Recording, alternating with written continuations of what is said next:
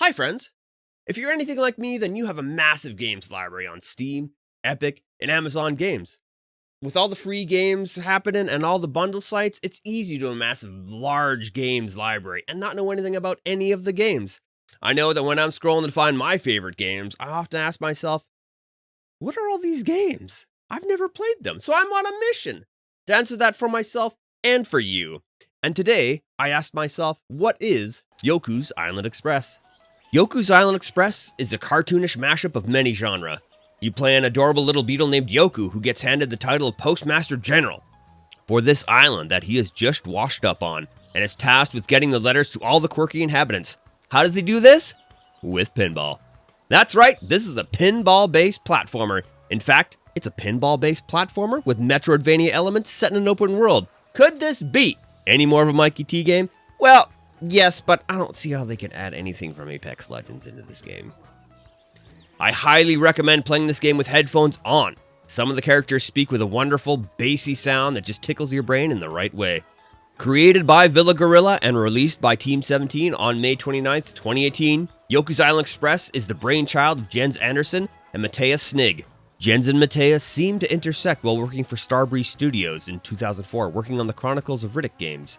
After creating Yoku, both parted ways and moved on. Jens working on such games as Star Wars The Force Unleashed 2 and Wolfenstein The New Order, and Mattias as an art director for Ubisoft and Arrowhead Games.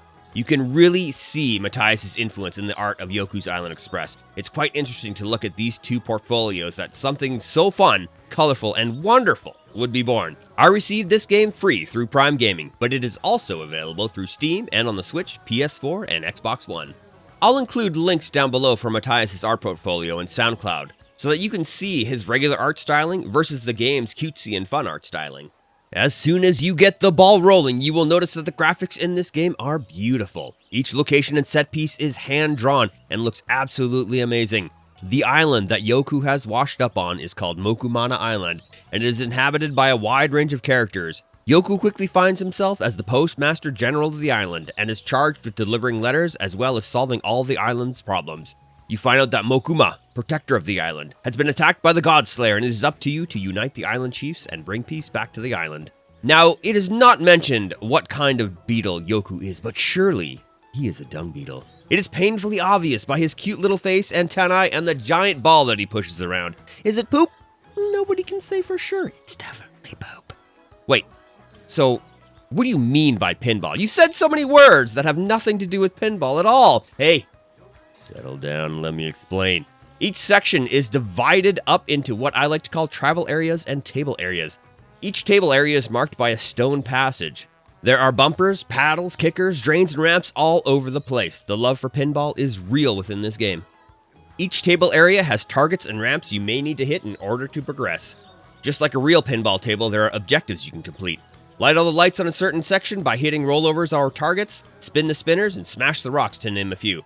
I'm going to teach you one pinball strategy that is quite essential, the paddle transfer. A paddle transfer is simply moving the ball from one paddle to another. In order to execute this, you cannot simply perform it like how you would on a real pinball table. You need much more momentum than what you would normally use with real-world physics to transfer. If you don't have enough speed, don't worry. Yoku can push the ball from the raised tip of the first paddle to the lower tip of the second. Bam! Paddle transfer. I've only found one area in which this does not work, and that's quite near the start of Yoku's adventure. Remember, Yoku and the ball are always together. He can always push the ball on a table to slow it down or to speed it up or to change directions. Well, as long as his tiny little legs can reach the ground. If you have trouble timing your shots, Yoku can slow the ball down so that you can hit it on the correct section of the paddle. The paddles light up to show where the ball is on it, which can help with timing. Completing various table events will reward you in fruit, tropical only. Starfruit, bananas, mangoes, oranges, none of those tired supermarket fruits picked from the center of town. This is all fresh. Fruit can also be found hidden throughout the land. Fruit is a form of currency on Mokumana Island. It can be used to purchase power-up items or to unlock certain kickers. Now, this is a Metroid-Vania style game, and as such, you will be searching around trying to find new items to help you in your quest. The Noisemaker helps annoy everyone around you and can also be used to smash pots and rocks. The slug vacuum helps to blast away pesky rocks. Slurp up a slug to stick it to your ball, then hit a solid stone-like object to blast it into slug juice. Or use them for an instant speed boost, or to jump higher, longer, faster by tickling them with your Noisemaker while they are attached to you. The sootling on a leash is a grappling hook. Fire it into a carnivorous plant to swing and reach new places of mass treasure. If you need to get around the island even faster, you can take the beeline. It's like a bus, but made of cannons. You can stop at any of the launchers along the way. The beeline is going to quickly become your primary mode of transportation and your best friend. Yoku moves at the pace of a dung beetle pushing a giant ball, because he is a dung beetle pushing a giant ball. Getting places can be slow and frustrating.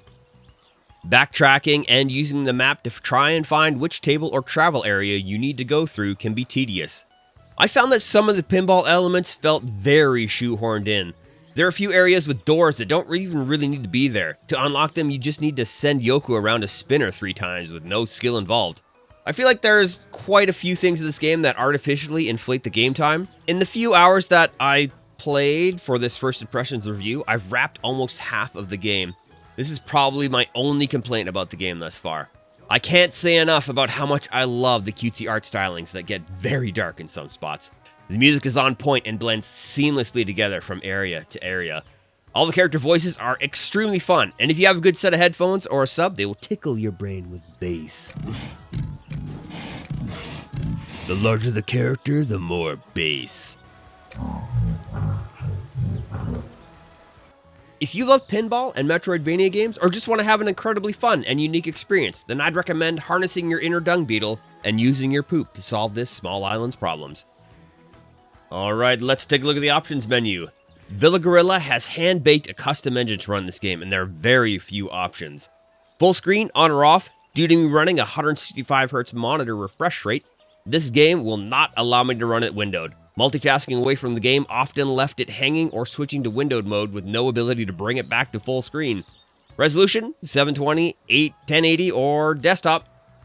Texture quality, low or normal. 2 volume sliders, just sound effects and music volume. It would have been nice to see a master volume slider. Vibration strength, a whole host of different languages, and you will notice the absolute lack of rebindable keys or gamepad options. Released in 2018 and no rebindable controls. That's sad.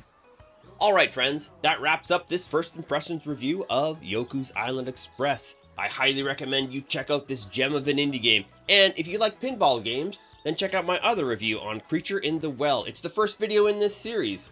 And if you like all this, then hit subscribe and let me know what you think down below in the comments.